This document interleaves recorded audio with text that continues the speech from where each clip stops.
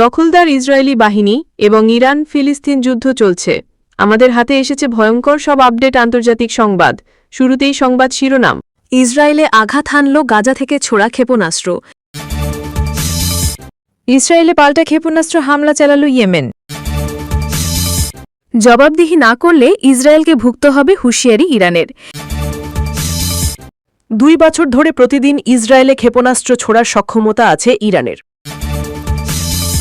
ইসরায়েলের সঙ্গে বড়সড় যুদ্ধের প্রস্তুতি নিচ্ছে ইরান। এতক্ষণ শুনছিলেন সংবাদ শিরোনাম, এবারে বিস্তারিত। তবে অনুরোধ থাকবে ভিডিওটিতে একটি লাইক করবেন এবং কমেন্ট করে জানিয়ে দেবেন আপনার মূল্যবান মতামত। এছাড়া আমাদের চ্যানেলে নতুন হয়ে থাকলে চ্যানেলটি সাবস্ক্রাইব করে আমাদের সাথে থাকবেন। ইসরায়েলে আঘাত হানল গাজা থেকে ছোড়া ক্ষেপণাস্ত্র। ফিলিস্তিনের অবরুদ্ধ গাজা থেকে ছোড়া একটি ক্ষেপণাস্ত্র ইসরায়েলের অধিকৃত নিরিম এলাকায় আঘাত এনেছে। রবিবার 6 মে আঘাত হানা এই ক্ষেপণাস্ত্রে এলাকাটির বেশ ক্ষয়ক্ষতি হয়েছে। ইসরায়েলি গণমাধ্যম এ তথ্য জানিয়েছে। এর আগে ইসরায়েলি টেলিভিশন অধিকৃত অঞ্চলে ফিলিস্তিনি গোষ্ঠীর ছোড়া ক্ষেপণাস্ত্রে সাফল্যের কথা স্বীকার করেছে।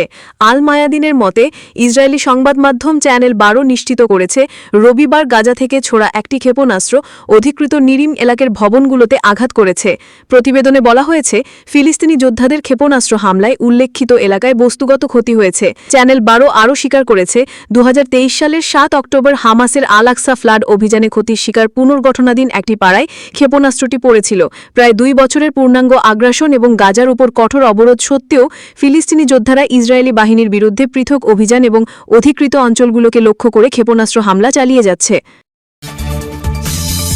ইসরায়েলে পাল্টা ক্ষেপণাস্ত্র হামলা চালাল ইয়েমেন। ইসরায়েলের বন্দর ও বিদ্যুৎ কেন্দ্রে হামলার জবাবে পাল্টা 2টি ক্ষেপণাস্ত্র ছুড়েছে ইয়েমেনের হুথি বিদ্রোহীরা। সোমবার 7 জুলাই ভোরে ইয়েমেন থেকে ছোড়া ওই ক্ষেপণাস্ত্র প্রতিহত করার চেষ্টা করা হয়েছে বলে জানিয়েছে ইসরায়েলি সামরিক বাহিনী IDF। তবে ক্ষেপণাস্ত্র ভূপাতিত হয়েছে কিনা তা এখনও তদন্তাধীন। ইসরায়েলের জরুরি পরিষেবা ম্যাগেন ডেভিড অ্যাডম জানিয়েছে কেউ আহত হওয়ার বিষয়ে তাদের কাছে এখন পর্যন্ত কোনো তথ্য নেই। ইয়েমেন থেকে ক্ষেপণাস্ত্র ছোড়ার পর জেরুজালেমের দক্ষিণে বেশ কয়েকটি বসতিতে সাইরেন বেজে ওঠে। এসব এলাকার মধ্যে ছিল এজিয়ন ব্লক ও হেব্রন। এর আগে ইসরায়েলের প্রতিরক্ষা বাহিনী জানিয়েছে ইয়েমেনের হোসেইন, রাজ ইসা ও সালিফ বন্দর ও রাজকান্তি বিদ্যুৎ কেন্দ্রে হামলা চালানো হয়েছে। হুথি নিয়ন্ত্রিত আল মাসিরা টিভি জানিয়েছে ইসরায়েল হুদাইদাতে একের পর এক হামলা চালিয়েছে। এর ঠিক আগে ইসরায়েলি সামরিক বাহিনী ইয়েমেনের 3টি বন্দর থেকে লোকজনকে সরিয়ে নেওয়ার জন্য সতর্কবার্তা জারি করেছিল। এদিকে ফিলিস্তিনের গাজায় আগ্রাসনের প্রতিক্রিয়ায় রোববার ইসরায়েলের বেনগুরিয়ন আন্তর্জাতিক বিমানবন্দরে নতুন সামরিক অভিযান পরিচালনার কথা জানিয়েছিলেন ইয়েমেনি সশস্ত্র বাহিনীর মুখপাত্র ইয়াহিয়া সারি। প্রতিবেদন মতে রোববার 6 জুলাই ইয়াহিয়া সারি এ ঘোষণা দেন। তিনি বলেন তেল আবিবের কাছে অবস্থিত ইসরায়েলের ব্যস্ততম বিমানবন্দর বেনগুরিয়নে দিনের শুরুতে একটি হাইপারসনিক ব্যালিস্টিক ক্ষেপণাস্ত্র দিয়ে আঘাত করা হয়। ইয়েমেনি সশস্ত্র বাহিনীর এই মুখপাত্রের মতে ক্ষেপণাস্ত্র অভিযান সম্পূর্ণরূপে সফল হয়েছে এবং এর ফলে বিমানবন্দরে ফ্লাইট ওঠানামা বন্ধ করা হয়েছে। গাজায় ফিলিস্তিনিদের বিরুদ্ধে ইসরায়েলের আগ্রাসনের প্রতিশোধ হিসেবে ইয়েমেন কয়েক দফায় বেনগুরিয়ন বিমানবন্দরে ক্ষেপণাস্ত্র হামলা চালিয়েছে। জবাবদিহি না করলে ইসরায়েলকে ভুগতে হবে হুঁশিয়ারি ইরানের। ইরানের পররাষ্ট্রমন্ত্রী আব্বাস আরাগচি সতর্ক করে বলেছেন ইরানে হামলার জন্য ইসরায়েলকে যদি জবাবদিহির আওতায় না আনা হয় তাহলে পুরো অঞ্চল সহ গোটা বিশ্বকেই এর পরিণাম ভোগ করতে হবে। রোববার 6 জুলাই ব্রাজিলের রিও ডি জেনেরোতে আয়োজিত ব্রিক্স সম্মেলনে দেয়া এক বক্তব্যে তিনি একথা বলেন। ইরানের পররাষ্ট্রমন্ত্রী বলেন যুক্তরাষ্ট্র ও ইসরায়েল আমাদের পারমাণবিক স্থাপনাগুলোর ওপর হামলা, পরমাণু অস্ত্র বিস্তার রোধে স্বাক্ষরিত আন্তর্জাতিক চুক্তি NPT এবং জাতিসংঘ নিরাপত্তা পরিষদের প্রস্তাব 2231-এর চরম লঙ্ঘন। 2015 সালে এই প্রস্তাবটি সর্বসম্মতভাবে ইরানের শান্তিপূর্ণ পারমাণবিক কর্মসূচিকে অনুমোদন দিয়েছিল। জুন মাসে ইরানের কয়েকটি সামরিক ও পারমাণবিক স্থাপনায় হঠাৎই হামলা চালায় ইসরায়েল। জবাবে পাল্টা হামলা চালায় ইরান। দুই প্রতিবেশী সংঘাতের মধ্যে ইরানের 3টি গুরুত্বপূর্ণ পারমাণবিক স্থাপনায় হামলা চালায় যুক্তরাষ্ট্র। আরাগচি বলেন ইরানের শান্তিপূর্ণ পারমাণবিক স্থাপনা লক্ষ্য করে মার্কিন যুক্তরাষ্ট্র যে হামলা চালায় তাতে ইরানের বিরুদ্ধে ইসরায়েলের আগ্রাসী যুদ্ধে আমেরিকান সরকারের সম্পূর্ণ সহযোগিতা সম্পর্কে কোনো সন্দেহ থাকে না। রিও ডি জেনেরোতে অনুষ্ঠিত সম্মেলনে ব্রিক্স প্লাস জোটের অন্যান্য সদস্য দেশের সমর্থন পেয়েছে ইরান। সম্মেলনে ব্রিক্স প্লাস জোট ইরানে ইসরায়েল ও যুক্তরাষ্ট্রের সাম্প্রতিক বিমান হামলা নিন্দা জানিয়েছে। 11টি দেশের এই জোট বলেছে এসব হামলা আন্তর্জাতিক আইনের লঙ্ঘন। বিবৃতিতে বলা হয় 13 জুন 2025 থেকে ইসলামী প্রজাতন্ত্র ইরানের উপর পরিচালিত সামরিক হামলার আমরা নিন্দা জানাচ্ছি। তারা ইরানের শান্তিপূর্ণ পারমাণবিক স্থাপনা সহ সাধারণ নাগরিক অবকাঠামোর উপর ইচ্ছাকৃত হামলায় গভীর উদ্বেগ প্রকাশ করেছে। এছাড়া ব্রিক্স নেতারা বাজায় চলমান সহিংসতা নিয়ে গভীর উদ্বেগ প্রকাশ করেছেন। একই সঙ্গে অবিলম্বে যুদ্ধবিরতি এবং ফিলিস্তিনি সমস্যার একটি ন্যায্য এবং সুষ্ঠু সমাধানের মাধ্যমে স্থায়ী শান্তি প্রতিষ্ঠার আহ্বান জানিয়েছেন।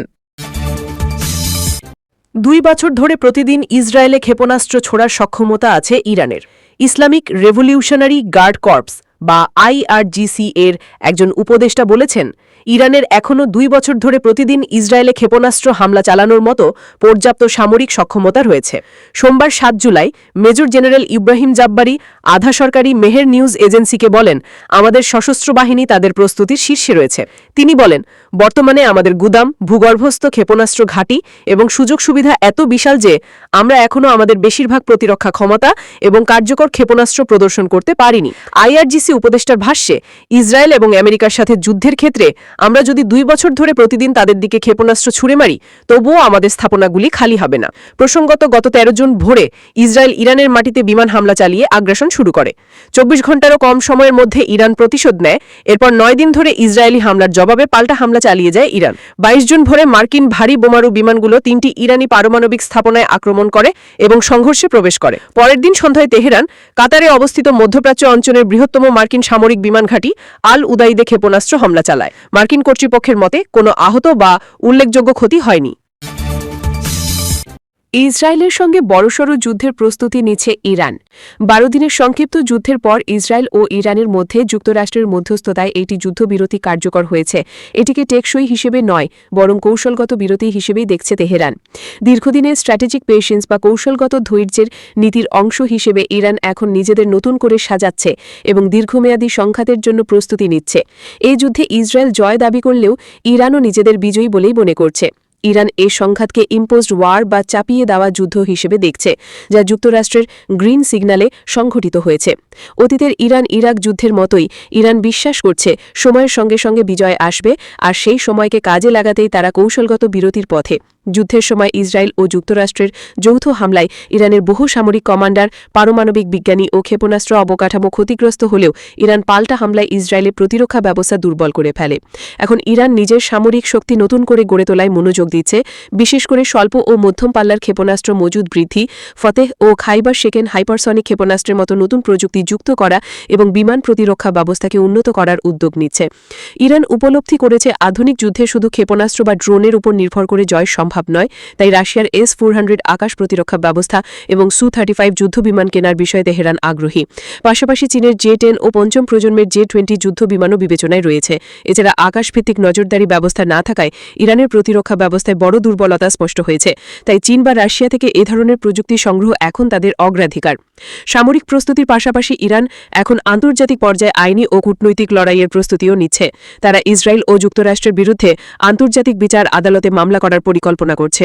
তেহরান জানিয়ে দিয়েছে, এই প্রক্রিয়া শেষ না হওয়া পর্যন্ত তারা পারমাণবিক আলোচনায় ফিরবে না। এরই মধ্যে ইরান আন্তর্জাতিক পারমাণবিক শক্তি সংস্থার IAEAর সঙ্গে সহযোগিতা স্থগিত করেছে। যুদ্ধের আগে গোপনে বিপুল পরিমাণ সমৃদ্ধ ইউরেনিয়াম নিরাপদ স্থানে সরিয়ে রেখেছে বলে জানা গেছে, যা এখনও অক্ষত রয়েছে। এই মজুদ ভবিষ্যতে তাদের কৌশলগত চাপের অস্ত্র হতে পারে। ইরান এখন যুদ্ধের ক্ষত সারানোর পাশাপাশি ধীরে ধীরে সামরিক, কূটনৈতিক ও মনস্তাত্ত্বিক লড়াইয়ের প্রস্তুতি নিচ্ছে। তাদের বিশ্বাস, সময়ের সঙ্গে সঙ্গে ইসরায়েলের ভেতরের ও বাইরের চাপ বাড়বে, আর এই সময়কে কাজে লাগিয়ে তারা নিজেদের শক্তি সঞ্চয় করবে।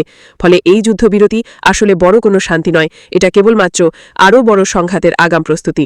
তেহরানের কাছে কৌশলগত ধৈর্য মানে শুধু ধৈর্য নয়, বরং এটি দীর্ঘমেয়াদী মনস্তাত্ত্বিক ও রাজনৈতিক যুদ্ধেরই অংশ। এখন দেখার বিষয়, শেষ পর্যন্ত কারা সময়ের খেলায় জয়ী হয়, তেহরান না তেল আবিব। তথ্যসূত্র মিডল ইস্ট আই।